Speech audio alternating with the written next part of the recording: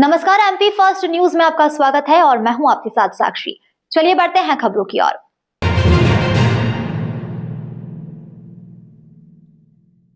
धर्मधारी उज्जैन में इन दिनों परिवहन विभाग और बस संचालकों के बीच टकराव की स्थिति चरम पर पहुंच गई है। उज्जैन आरटीओ द्वारा करीब 800 लग्जरी और टूरिस्ट बसों के रजिस्ट्रेशन कंप्यूटर सिस्टम से ब्लॉक किए जाने के बाद जिले में परिवहन व्यवस्था पूरी तरीके से चरमरा गई है। पिछले एक महीने से अधिक समय से इन बसों के पहिए थमे हुए हैं, जिसके विरोध में अब बस ऑपरेटरों ने सामूहिक हड़ताल का रास्ता इख्तियार कर लिया है। संचालकों ने चेतावनी दी है कि यदि प्रदेश सरकार ने जल्द ही उनकी सुध नहीं ली तो वे प्रदेश व्यापी चक्का जाम करने को मजबूर होंगे। दरअसल यह पूरा विवाद स्लीपर बसों में सुरक्षा मानकों को लेकर शुरू हुआ। हाल ही में राजस्थान सहित देश के विभिन्न हिस्सों में स्लीपर बसों में हुई आगजनी की घटनाओं के बाद मानवाधिकार आयोग और परिवहन मंत्रालय ने सख्त दिशा निर्देश जारी किए। इन निर्देशों के तहत बसों में 5 दरवाजों की अनिवार्यता और आपातकालीन निकास के पुख्ता इंतजाम करने को कहा गया। आरटीओ प्रशासन का स्पष्ट रुख है कि जिन गाड़ियों के दस्तावेज पूर्ण नहीं है या जो तय मानकों को पूरा नहीं करती है, उनका फिटनेस और परमिट तब तक बहाल नहीं किया जाएगा जब तक वे भौतिक रूप से सत्यापन नहीं करा लेती। दूसरी ओर बस ऑपरेटरों का तर्क है कि वे नियमों का पालन करने के लिए तैयार हैं, लेकिन विभाग द्वारा दिया गया समय बेहद ही कम है। बस एसोसिएशन के पदाधिकारियों का कहना है कि एक बस की बॉडी में तकनीकी बदलाव करने और स्लीपर की व्यवस्था को संशोधित करने में समय और संसाधन दोनों लगते हैं। रातों रात पूरे भारत में इस तरह का बदलाव संभव नहीं है। ऑपरेटरों ने मांग की है कि उन्हें इन संशोधनों को पूरा करने के लिए कम से कम 6 महीने का समय दिया जाए। संचालकों ने यह भी स्पष्ट किया है कि टूरिस्ट बसों की बनावट रूट पर चलने वाली सामान्य बसों से अलग होती है। इसमें स्लाइडिंग ग्लास होते हैं जिनसे आपात स्थिति में यात्री आसानी से बाहर निकल सके। सबसे बड़ी चिंता उन यात्रियों और श्रद्धालुओं को लेकर है जो वर्तमान में इन बसों के माध्यम से नर्मदा परिक्रमा और ज्योतिर्लिंग यात्रा पर निकले हुए हैं। परमिट निरस्त होने के कारण हजारों हिंदू धर्मावलंबी बीच रास्ते में फंसने की स्थिति में है। वर्तमान में करोड़ों रुपए का निवेश कर खरीदी की गई यह बसें धूल फांक रही है, जिससे ऑपरेटर को भारी आर्थिक नुकसान हो रहा है। अब केंद्र सरकार के पाले में है। क्या प्रशासन सुरक्षा मानकों पर समझौता करेगा या बस ऑपरेटर की मांग को मानते हुए उन्हें अतिरिक्त समय प्रदान करेगा? फिलहाल इस खींचतान ने उज्जैन के पर्यटक और परिवहन उद्योग में भारी हलचल पैदा कर दी है। विगत दिवस जो राजस्थान में और विभिन्न शहरों में बसों में स्लीपर बसों में आगजनी की घटनाएं हुई थी, वो घटना लाइन की स्लीपर बसों में और एसी पे क्लास बसों में घटनाएं हुई थी। इसको लेकर माननीय परिवहन मंत्रालय द्वारा और माननीय मानवाधिकार आयोग द्वारा जो निर्देश जारी किए गए हैं, उन निर्देशों में तात्कालिक रूप से हमको ये बोला गया है बस ऑपरेटर्स को कि जो 48 स्लीपर बसें हैं उनको 30 या 36 किया जाए और बहुत अल्प समय हमें इस बात के लिए दिया गया है। 8 से 10 दिन का समय इसके लिए दिया गया है। हम सब जानते हैं कि इतने अल्प समय में पूरे भारत भर में ये पॉसिबल नहीं है कि इन बसों को 30 या 36 स्लीपर करवाया जाए। जो भी संशोधन हमें बताया गया, हम सरकार का समर्थन करने के लिए पूर्ण रूपेण तैयार हैं, लेकिन इस बात के लिए कम से कम हमें 6 महीने का समय दिया जाए। और इसी को लेकर Madhya Pradesh tourist bus operator union द्वारा एक बैठक का आयोजन किया गया और उसमें निर्णय लिया गया और ये मांग की गई है कि हमें इस काम को करवाने के लिए 6 महीने का समय दिया जाए। हम सरकार की सभी बातों के लिए समर्थन कर रहे हैं, हम उनके नियमों को पालन करने के लिए तत्पर हैं, करते भी हैं और करते रहे हैं। और दूसरी बात मेरा ऐसा कहना है कि जो 2x2 स्लीपर बसें हैं, इनका मुख्यतः उपयोग तीर्थ यात्रा में और शादी बारात में किया जाता है। लाइन की बसों में ये घटनाएं हुई, आज तक हमारी टूरिस्ट बसों में, तीर्थ यात्रा की बसों में, बारात की बसों में कभी भी इस तरह की कोई घटनाएं हुई नहीं है। तो मेरा ऐसा निवेदन है कि इसके लिए एक अतिरिक्त समय हमें दिया जाए, इस पर विचार किया जाए और 2x2 बस को भी BIS की श्रेणी में शामिल किया जाए। गाड़ियों में किस तरह की व्यवस्था है? जैसा कि हमें आदेश मिला है उसमें उन्होंने बताया कि 5 गेट की व्यवस्था करना है। तो चूंकि हम ये बताना चाहेंगे कि हमारी जो टूरिस्ट बसें होती हैं, चाहे वो AC हो या नॉन AC हो, स्लाइडर ग्लास उनमें होते हैं, आसानी से यात्री उनमें बाहर आ जा सकता है, कम्युनिकेशन कर सकता है। ये परेशानियाँ लाइन की बसों में होती हैं, टूरिस्ट बसों में नहीं होती हैं। दरवाजों की व्यवस्था पर्याप्त है और अगर और कहीं कमी होती है तो हमें अगर समय मिलेगा, आज कोई भी बस जो बॉडी मेकर है या बस रिपेयरिंग करने वाले हैं, त्वरित तौर पे तुरंत से वो ये काम नहीं कर सकते हैं, इसके लिए समय की आवश्यकता है। तो हमें हमारी मांग है कि इस काम के लिए हमें 6 महीने का समय दिया जाए। अभी अगर हम बात करें तो हमारे अंचल से लगभग 800 से ज़्यादा बसें खड़ी हुई है और हमने भी हमारी सारी बसों के चक्के जाम कर दिए और गाड़ियों को यहीं खड़ा कर दिया, क्योंकि ऐसी परिस्थिति में जब परमिट निरस्त हो गया है, फिटनेस निरस्त कर दिया गया है। अब समस्या ये सबसे बड़ी है कि वर्तमान में हमारी कुछ गाड़ियाँ नर्मदा परिक्रमा गई हुई है, कुछ गाड़ियाँ 3 धाम 11 ज्योतिर्लिंग यात्रा पर गई हुई है। ऐसे में उनका फिटनेस और परमिट निरस्त कर दिया जाएगा तो आम जनता और हिंदू धर्मावलंबी परेशान होंगे। तो हमारी मांग है कि इसके लिए हमें समय दिया जाए। सचिन नामदेव। उज्जैन के होनहार 17 वर्षीय जिम्नास्ट उजैर अली ने कोलकाता के अस्पताल में 14 दिनों तक संघर्ष करने के बाद दम तोड़ दिया।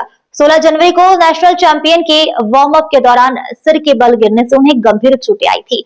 28 जनवरी को इलाज के दौरान उनकी मृत्यु हो गई। उजैर के परिजनों ने टीम कोच और मैनेजर पर गंभीर आरोप लगाए हैं। मामा साकिब का कहना है कि जब वे कोलकाता पहुंचे तो एमपी का कोई भी आधिकारिक प्रतिनिधि वहां मौजूद नहीं था। वेंटिलेटर पर होने के बावजूद उजैर का पहला सवाल था, क्या मैं दोबारा खेल पाऊंगा? परिजनों के अनुसार हादसे के बाद कोच और मैनेजर टीम लेकर लौट गए, जिससे शव को लाने और पोस्टमार्टम जैसी प्रक्रिया में भारी कठिनाइयों का सामना करना पड़ा।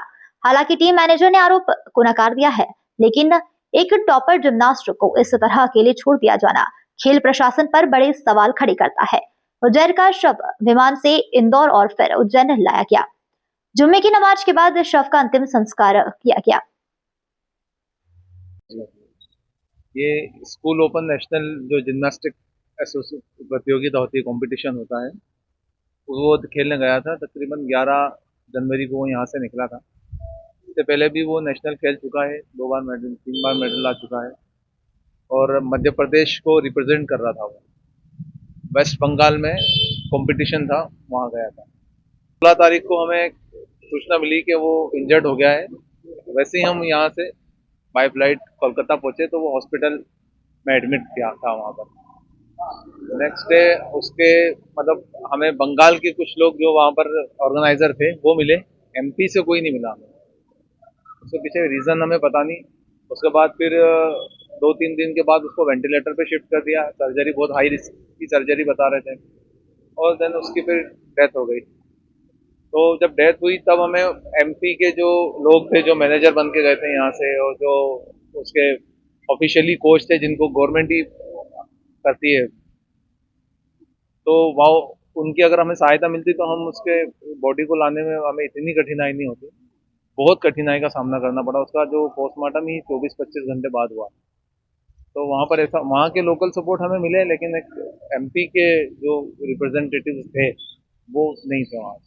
तो हमें वो दुख है बस। बाकी यहाँ के जो खारकुआ संबंधित हमारा एरिया का थाने हैं, उन्होंने बहुत कोऑपरेट करा। यहाँ से वेरिफिकेशन फटाफट करा उन्होंने, माननीय टीआई साहब ने। यहाँ से उन्होंने जब इस केस को समझा तो बेटे का नाम उजैर अली है, उसके पिता मजहर अली हैं, मैं उसका मामा हूँ। अभी 10th क्लास में। उसका यही पैशन था, जिम्नास्टिक ही पैशन था। मतलब इवन फर्स्ट डे थोड़ा होश में था जब हम गए, कॉन्शियस था पहले दिन। तो बस वो एक ही सवाल था उसका कि मामू मैं खेल पाऊंगा कि नहीं खेल पाऊंगा।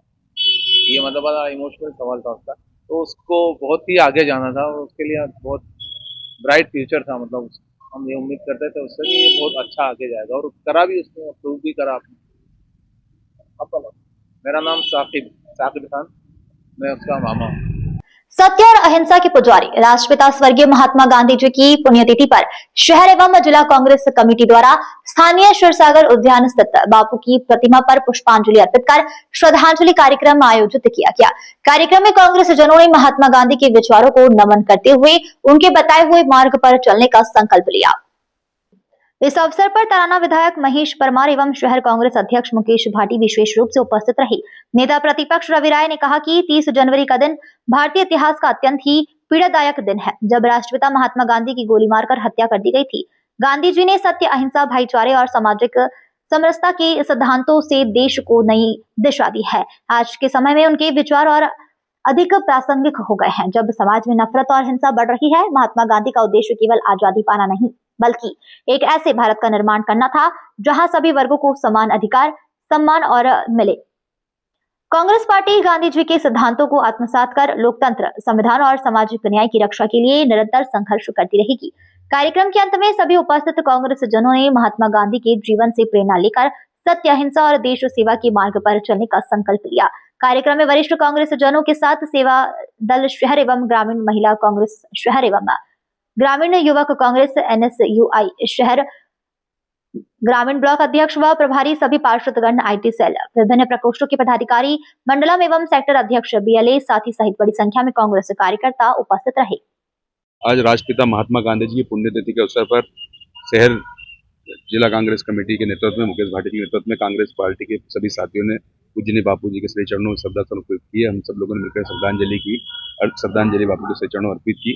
आज निश्चित रूप से बापू के विचारों को आम जन तक पहुंचाना बहुत जरूरी है। जिस तरह से देश में फासिस्टवादी ताकतें लोकतंत्र और संविधान को समाप्त करना चाहती है, ऐसे समय में पहले तो एक गोडसे था जिसने बापू की हत्या की, आज हजारों लाखों गोडसे देश में घूम रहे हैं। कहीं न कहीं उन गोडसे से लड़ने की आवश्यकता है। करो या मरो की स्थिति में हम सब कांग्रेस पार्टी के साथियों ने ये शपथ ली कि हम सब मिलकर बापू के विचारों को जन जन तक पहुंचाए। बापू के जो विचार, जो संवैधानिक संस्थाएं थी, जो लोकतंत्र और संविधान को देश को मजबूत करने जो संस्थाएं हैं, एकता, अखंडता और भाईचारे के जो बापू के विचार है, आम जन तक पहुंचाने के लिए हम सब लोगों ने यहाँ संकल्प लिया है। बापू को श्रद्धांजलि अर्पित की। पूज्य बापू की पुण्यतिथि के अवसर पर आज जिला ग्रामीण कांग्रेस के अध्यक्ष जी के नेतृत्व में परम श्रद्धेय पूज्य बापू के श्री चरणों में पुष्पांजलि अर्पित की गई है। साथ ही संकल्प लिया गया कि जिस प्रकार से देश को बांटने का काम भारतीय जनता पार्टी कर रही है, बापू के नेतृत्व में जिस प्रकार से अंग्रेजों से लड़ा गया था, आज पुनः कांग्रेस पार्टी को उस चीज की जरूरत है कि पुनः एक बार फिर कांग्रेस पार्टी बापू के विचारों को जन जन तक पहुंचाए। यही हमारी सच्ची श्रद्धांजलि। आज हमारे राष्ट्रपिता महात्मा गांधी जी का पूर्ण स्मरण समारोह आज यहाँ पर मनाया गया है। आज उन्हें याद किया गया। आज ही के दिन भारतवर्ष में विश्व का जो नेता थे हमारे महात्मा गांधी जी, उनको गोली मार के हत्या गोडसे ने की थी। आज वही विचारधारा पूरे देश में पनप रही है। उस विचारधारा से निपटने के लिए कांग्रेस पार्टी बापू को स्मरण करती है और उन्हीं से शक्ति प्राप्त करके इन गोडसे वाली ताकतों से हम निपटते हैं। कोठी रोड स्थित प्रशासनिक संकुल भवन पर दलित, OBC, माइनॉरिटीज एवं आदिवासी संगठन के परिसंघ ने प्रदेश महासचिव JK मालवीय के नेतृत्व में महामहिम राष्ट्रपति के नाम कलेक्टर को एक ज्ञापन सौंपा। ज्ञापन में एट्रोसिटी एक्ट को कमजोर किए जाने का विरोध करते हुए UGC बिल के समर्थन की मांग की गई। इस अवसर पर संगठन के बड़ी संख्या में पदाधिकारी व कार्यकर्ता उपस्थित रहे। डोमा परिसंघ उज्जैन जिला अध्यक्ष डॉक्टर प्रमोद कुमार मालवीय ने बताया कि समाज के हाशिए पर खड़े वर्गों के हित में रक्षा और शोषण के विरुद्ध संवैधानिक संरक्षण के लिए नागरिक अधिकार संरक्षण अधिनियम एवं अनुसूचित जाति जनजाति अत्याचार निवारण अधिनियम 1990 लागू किया गया था। हालिया सुप्रीम कोर्ट के फैसले के चलते इनमें ऐसे बदलाव हुए हैं जिसने अधिनियम की मूल भावना प्रभावित हो रही है। न्यायालय के आदेश के अनुसार अब केवल अभद्रता या अपशब्द का प्रयोग अपराध नहीं माना जाएगा, बल्कि जातिगत अपमान की मंशा और सार्वजनिक रूप से अपमानित करने का इरादा साबित करना आवश्यक होगा। साथ ही अग्रिम जमानत तभी दी जाएगी जब प्रथम दृष्टया यह सिद्ध हो सके कि कोई अपराध हुआ ही नहीं। संगठन का कहना है कि नए भारतीय न्याय संहिता के तहत इन प्रावधानों का आना एट्रोसिटी एक्ट को कमजोर करने का प्रयास है। JK मालवीय ने सवाल उठाया है कि जातिगत अपमान की मंशा को साबित करना हाशिए पर खड़े व्यक्ति के लिए व्यवहारिक रूप से कठिन है और इससे कानून की प्रभावशीलता कम होती है। UGC पर बोलते हुए उन्होंने कहा कि जब सुप्रीम कोर्ट UGC बिल रोक सकती है तो एट्रोसिटी में संशोधन भी रोक सकती है। उपस्थित सभी संगठन ने चेतावनी दी है कि यदि मांगों पर विचार नहीं किया गया तो आने वाले दिनों में आंदोलन किया जाएगा।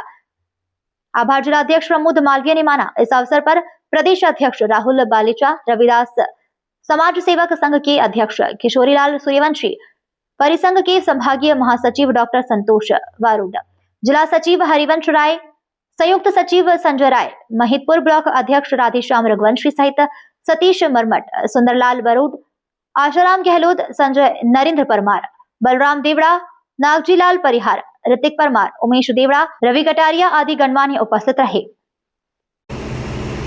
आज डोमा परिसंघ के नेतृत्व में समस्त बहुजन संगठनों के सहयोग से राष्ट्रपति के नाम एक ज्ञापन दिया गया है। ज्ञापन मुख्य रूप से इसलिए दिया गया है कि एट्रोसिटी एक्ट जो कि अनुसूचित जाति और जनजाति के हितों की रक्षा के लिए बनाया है, उसमें एक संशोधन हुआ है और वो संशोधन ये हुआ है कि अब जातिवादी लोगों के मंसूबे और ज़्यादा मजबूत होंगे। अब ये कहा गया है कि आप सार्वजनिक रूप में यदि मारेंगे, किसी को गाली देंगे, तो ही माना जाएगा कि संबंधित के विरुद्ध आप कार्रवाई कर सकते हैं। जब और इसके विपरीत अगर ये कहूँ कि आप किसी को भी अनुसूचित जाति और जनजाति के व्यक्ति को बंद कमरे में गाली गलौज करके और मार के चले जाएंगे और व्यक्ति बेचारा रोता रहेगा और उसको किसी प्रकार न्याय नहीं मिलेगा, क्योंकि वो ये साबित ही नहीं कर पाएगा कि मेरे साथ में ये कृत्य संबंधित व्यक्ति ने किया है। अब क्या हर घर में, क्या सरकार, मैं पूछना चाहता हूँ, क्या हर घर में सरकार सीसीटीवी कैमरे लगाना चाहती है क्या? अगर वो सीसीटीवी कैमरे हर एक घर में लगवाना चाहती है तो मैं इसका सम्मान करता हूँ कि ये एक्ट तभी हम शिथिल माने इसको कि जब वो हर घर में हमको सीसीटीवी कैमरे लगा दें, ताकि कोई जातिवादी व्यक्ति घर में प्रवेश करे तो पता चल सके कि इसने जातिवादी कृत्य किया है या नहीं किया है। मैं माननीय राष्ट्रपति महोदय महामहिम से निवेदन करता हूँ समस्त संगठनों की ओर से कि जिस प्रकार से यूजीसी के कानून को, जो कि एक समानता स्थापित करने वाला समतामूलक कानून था, उसको 3 दिन में वापस किया, क्या हमारे इस अनुसूचित जाति जनजाति अत्याचार निवारण अधिनियम को आप यथावत मूल स्वरूप में रख पाएंगे? और अगर आप नहीं कर पाएंगे तो मैं कहता हूं कि आप में भी कहीं ना कहीं जातिवाद है, और इस जातिवाद को अपने मन से, अपने दिमाग से निकालिए, क्योंकि ये देश जातिवादियों का कभी नहीं था, ना है और ना कभी हो सकता है। आज हमने यहाँ सभी संगठनों ने उपस्थित होकर एक निवेदन किया है, आगामी समय में यदि हमारी मांग को स्वीकार नहीं किया जाता तो जिस प्रकार से आपने एक्ट में संशोधन करके बताया था और हमने 2 अप्रैल 2018 किया था, हम 2018 2 अप्रैल वापस दोहराने के लिए बाध्य रहेंगे। मैं इस मंच से कहना चाहता हूँ। जय भीम, जय संविधान। प्रयास पेरेंट एसोसिएशन राजकोट से आए दिव्यांग बच्चों एवं उनके परिजनों सहित कुल 120 सदस्यों ने विश्व प्रसिद्ध ज्योतिर्लिंग भगवान श्री महाकालेश्वर के पावन दर्शन किए। महाकाल के दर्शन पाकर सभी श्रद्धालु ने गहरी आस्था और भावनात्मक संतोष का अनुभव किया। एसोसिएशन की प्रतिनिधि श्रीमती पूजा पटेल ने बताया कि सभी दिव्यांग बच्चों ने भगवान श्री महाकालेश्वर जी के दर्शन कर स्वयं को धन्य महसूस किया।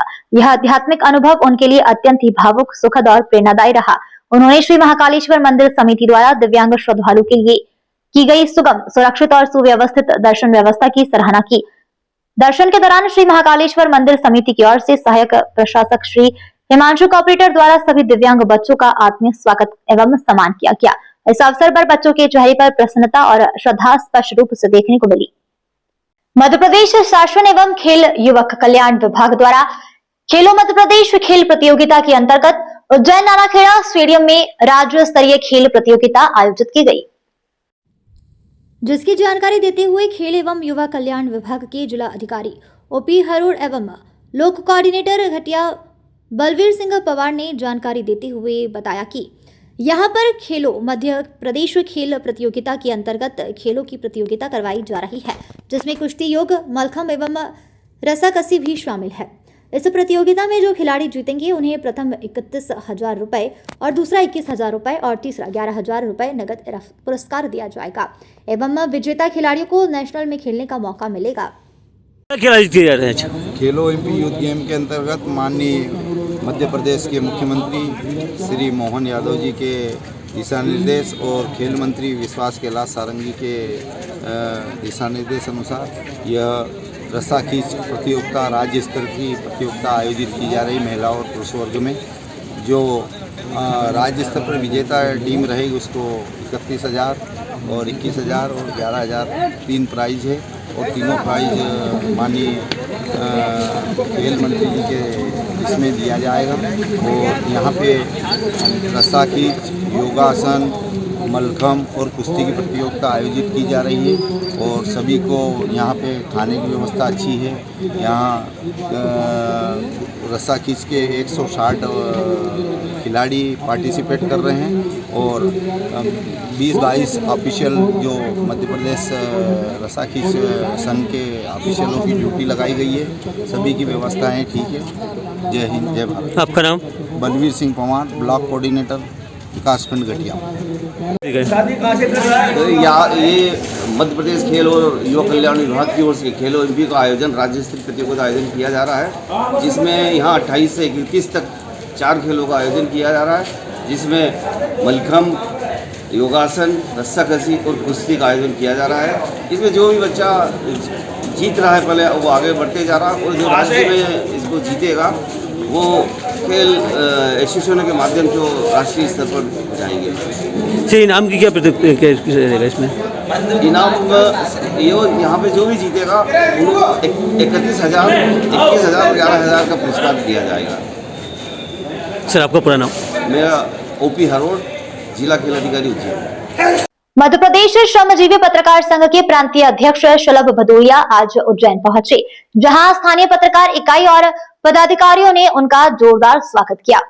उनके आगमन के साथ ही आगामी 31 जनवरी को आयोजित होने वाले विशाल संभागीय सम्मेलन की रणनीतियों पर गहन चर्चा हुई। भदौरिया में आज हुई इस बैठक में पदाधिकारियों के साथ आयोजन स्थल की व्यवस्थाओं की समीक्षा की गई और कहा कि संघ का मूल मंत्र पत्रकारों के हितों के लिए संघर्ष करना और उन्हें हर स्तर पर मजबूती प्रदान करना है। उन्होंने जोर दिया है कि उज्जैन में होने वाला यह समागम पत्रकारों की समस्याओं के निराकरण के लिए एक मील का पत्थर साबित होगा। उज्जैन जिला अध्यक्ष डॉक्टर राहुल कटारिया ने बताया कि नीलगंगा स्थित शिवांजलि गार्डन में होने वाले इस सम्मेलन में मुख्यमंत्री डॉक्टर मोहन यादव का शामिल होना प्रस्तावित है। आज की चर्चा के दौरान यह तय किया गया कि सम्मेलन में पत्रकारों की लंबित मांगों के साथ साथ आगामी सिंहस्थ 2028 की कवरेज से मीडिया की महत्वपूर्ण भूमिका पर विशेष सत्र आयोजित किया जाएगा। आयोजन को भव्य बनाने के लिए आज विभिन्न समितियों के कार्यों का बंटवारा भी किया गया, जिसमें भोजन, आवास और प्रोटोकॉल जैसी जिम्मेदारियां सौंपी गई। 31 जनवरी को होने वाले इस कार्यक्रम में अखिल भारतीय अखाड़ा परिषद के अध्यक्ष श्रीमंत रविंद्र पुरी महाराज सहित प्रदेश के श्रम मंत्री प्रहलाद पटेल और प्रभारी मंत्री गौतम टेटवाल को भी आमंत्रित किया गया। आज की बैठक में प्रांतीय महासचिव सत्यनारायण वैष्णव, संभागीय अध्यक्ष मनोज जैन सहित संभाग के सभी जिलों के अध्यक्ष और महासचिव उपस्थित रहे। सभी पदाधिकारियों ने आज सामूहिक रूप से संकल्प लिया कि संभाग भर के पत्रकारों को इस मंच से जोड़कर सम्मेलन को ऐतिहासिक बनाया जाएगा। आज हुए आत्मीय स्वागत एवं विस्तृत चर्चा के बाद पूरा संगठन अब आयोजन की अंतिम तैयारियों में जुट गया है। बाबा महाकाल की नगरी उज्जैन में आगमन हुआ है, क्या कार्यक्रम और पत्रकारों की क्या कार्यक्रम यहाँ उज्जैन में आयोजित है? 31 तारीख को महाकाल की नगरी उज्जैन में बहुत दिनों के बाद मध्य प्रदेश श्रमजीवी पत्रकार संघ की प्रांतीय कार्य समिति की बैठक और उज्जैन संभाग का सम्मेलन आयोजित किया गया है, जिसमें पूरे प्रदेश से लगभग 300 पत्रकार आपकी नगरी में उपस्थित होंगे। उनका आना शुरू आज रात से हो जाएगा। कल कुछ दूर वाले लोग रात में आ जाएंगे, वह कल सुबह तक आ जाएंगे। उज्जैन की पूरी नगरी का से अपील है कि हमारे पत्रकारों को आप संरक्षण दें और हमारे सम्मेलन को सफल बनाने में अपना आशीर्वाद महाकाल के माध्यम से दिलवाएं। 31 तारीख को इससे पहले उज्जैन में सम्मेलन होते रहे हैं। इसमें सबसे पहले हमारे कॉमरेड राजेंद्र पुरोहित, अरुण जैन, राजेंद्र राठौर, घनश्याम शर्मा और भी कई हमारे जो नेता हैं जो आजकल फिर दोबारा सक्रिय हुए हैं, इन सब की इच्छा पर, इन सब की मांग पर, इन सब के कारण आज ये सम्मेलन हमारे यहाँ संभव हो पाया है। और हमें उम्मीद है कि ये टीम इस सम्मेलन को अद्वितीय सम्मेलन के रूप में प्रस्तुत करेगी। पूरे मध्य प्रदेश में सभी जिला इकाइयों को अच्छा लगेगा और प्रेरणा मिलेगी। किन मुद्दों पर लेकर चर्चा की जाएगी इसमें? ये तो एजेंडा है, पत्रकार सुरक्षा कानून सबसे पहला मुद्दा है और पूरे प्रदेश के हर जिले में पत्रकार भवन के लिए निःशुल्क भूमि की हमारी डिमांड है। पत्रकार भवन भोपाल में जो पत्रकार भवन गिर गया था उसकी वो वापस करने की मांग है। अधिमानता में जो पुलिस के रिकॉर्ड की शर्त लगा दी उसको हटाने की मांग है। पत्रकार कल्याण में जो पैसा मिलता है, निधि राशि कहते हैं, श्रद्धा निधि जो मिलती है, उसमें भी अधिमानते के नियम हटाने की मांग कर रहे हैं। ऐसे कई 6 सूत्री मांगे हमने वहाँ रखे थे। टोटल 21 सूत्री मांग हमारी है जो सारे के सारे पत्रकारों के हित की है। टोल टैक्स में पत्रकारों का, श्रमजीवी पत्रकार संघ का कार्ड, उसे मान्यता मिले, ये भी हमारी डिमांड है। ज्यादा पत्रकारों के 31 तारीख को बड़ा सम्मेलन वाला, किस प्रकार के सम्मेलन रहेगा, क्या रूपरेखा है इसकी? बाबा महाकाल की नगरी में पत्रकारों का ये लघु कुंभ आयोजित होना है, जिसमें विभिन्न मांगों को लेकर मंथन है। आज सर्व प्रमुख हमारे प्रांताध्यक्ष एवं पत्रकारों की बुलंद आवाज़ आदरणीय श्री शलभ भदौरिया जी का उज्जैन आगमन हुआ है और हम सब पत्रकार साथियों ने उनका उत्साह के साथ स्वागत किया है। 31 जनवरी को जो सम्मेलन आयोजित है उसमें पत्रकारों की विभिन्न मांगों पर आपसे चर्चा उनकी हुई है, विभिन्न मांगों पर मंथन होगा। साथ ही सिंहस्थ महापर्व जो उज्जैन में आयोजित होने वाला उसको वैश्विक पहचान मिले और किस तरह से उसमें मीडिया की भूमिका रहे उसको लेकर भी पत्रकार यहाँ पर मंथन करेंगे। साथ ही प्रदेश के मंत्रीगण और अन्य जनप्रतिनिधि भी पत्रकारों के साथ संवाद स्थापित करके इस सम्मेलन में सहभागी होंगे।